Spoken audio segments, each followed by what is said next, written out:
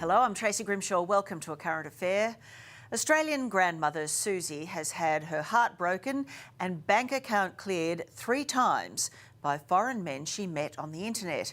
She's even married to one of the scammers, Godfrey, who keeps asking her for money. But Susie doesn't want your sympathy. So maybe that's what I was doing. It's buying love. And when I think back now, I think that's what I was doing.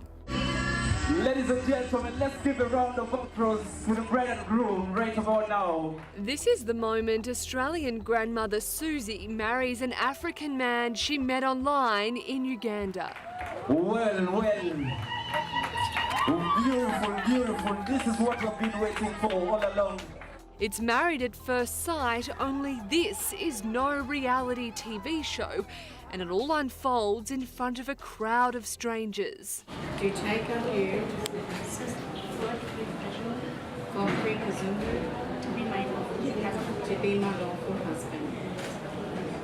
Men aren't all what they're wrapped up to be, and they can tell you a lot of lies, and especially to someone as gullible as me.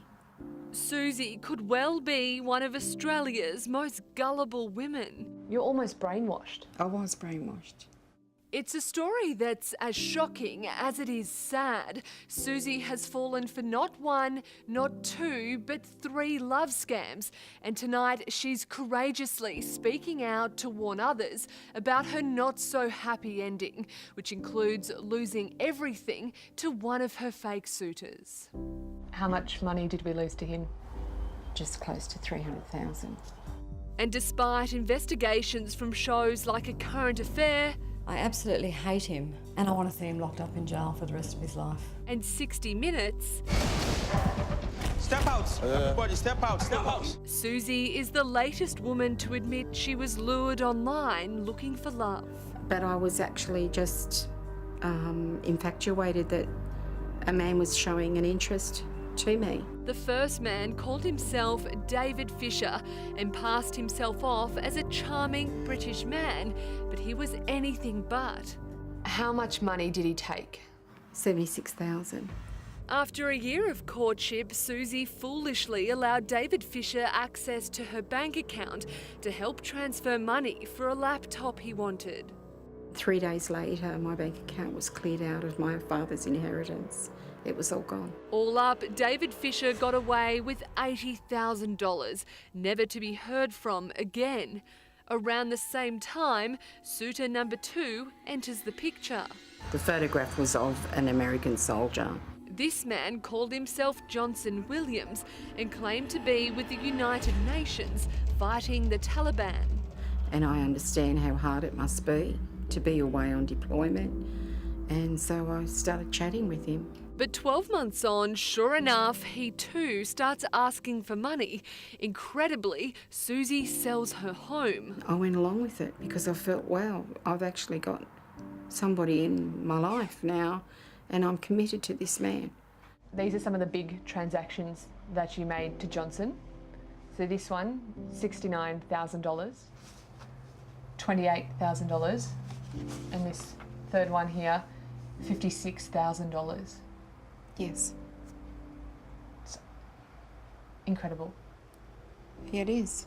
While Susie was still oblivious to the scam, her bank wasn't. The bank told her they knew of at least 5 other women who had transferred money to the same account, claiming they were also in a relationship with Johnson.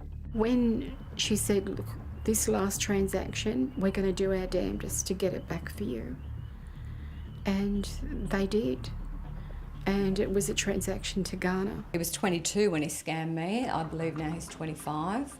This woman turned detective to track down her scammer and outed him online. I have baited him 3 times. Using fake profiles? Yes, using Avatar. But it was the shocking case of grandmother Yetta Jacobs which should have served as a warning to all. She flew to South Africa believing she was starting a new relationship with an online lover, but was found dead. She believed that she's found the man who wanted to fill that gap she had in her life. In that investigation, a 60 Minutes crew busted the scammers as they continued to lure in more Australian victims. Everybody get down flat. But none of these warnings prevented Susie in taking the biggest risk of all. After dealing with the loss of nearly $300,000 she'd transferred to Johnson, she then met Godfrey Kazungu from Uganda on Facebook, and it wasn't long before she hopped on a plane to meet her love. I had nothing to lose. Godfrey loved me, no matter whether I had any money or not. And then Godfrey proposed. He did. Yes, he did. And I said yes. And we got married in Africa. This was their wedding just 6 months ago. To take up you, Susan Vera Karwana, to be my lawful wife.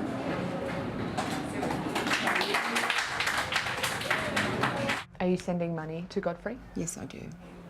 I don't like to use the word scam with it, but I believe that deep down in his heart, that is his motive, was to marry me and come to Australia. If someone tries to form a relationship in a very short period of time, makes a number of excuses as to why they cannot meet up with you, yet ask you for money, that should ring the alarm bells. Detective Superintendent Arthur Katsagiannis of the New South Wales Fraud Squad says it takes a lot of courage for people to come forward when they've been scammed. This particular type of fraud is underreported, so we do want to encourage people who have been scammed to come forward. Susie says she's now decided to speak out to warn others not to be as foolish as she is. And I'm not proud of what I've done, don't get me wrong, I'm not proud of it.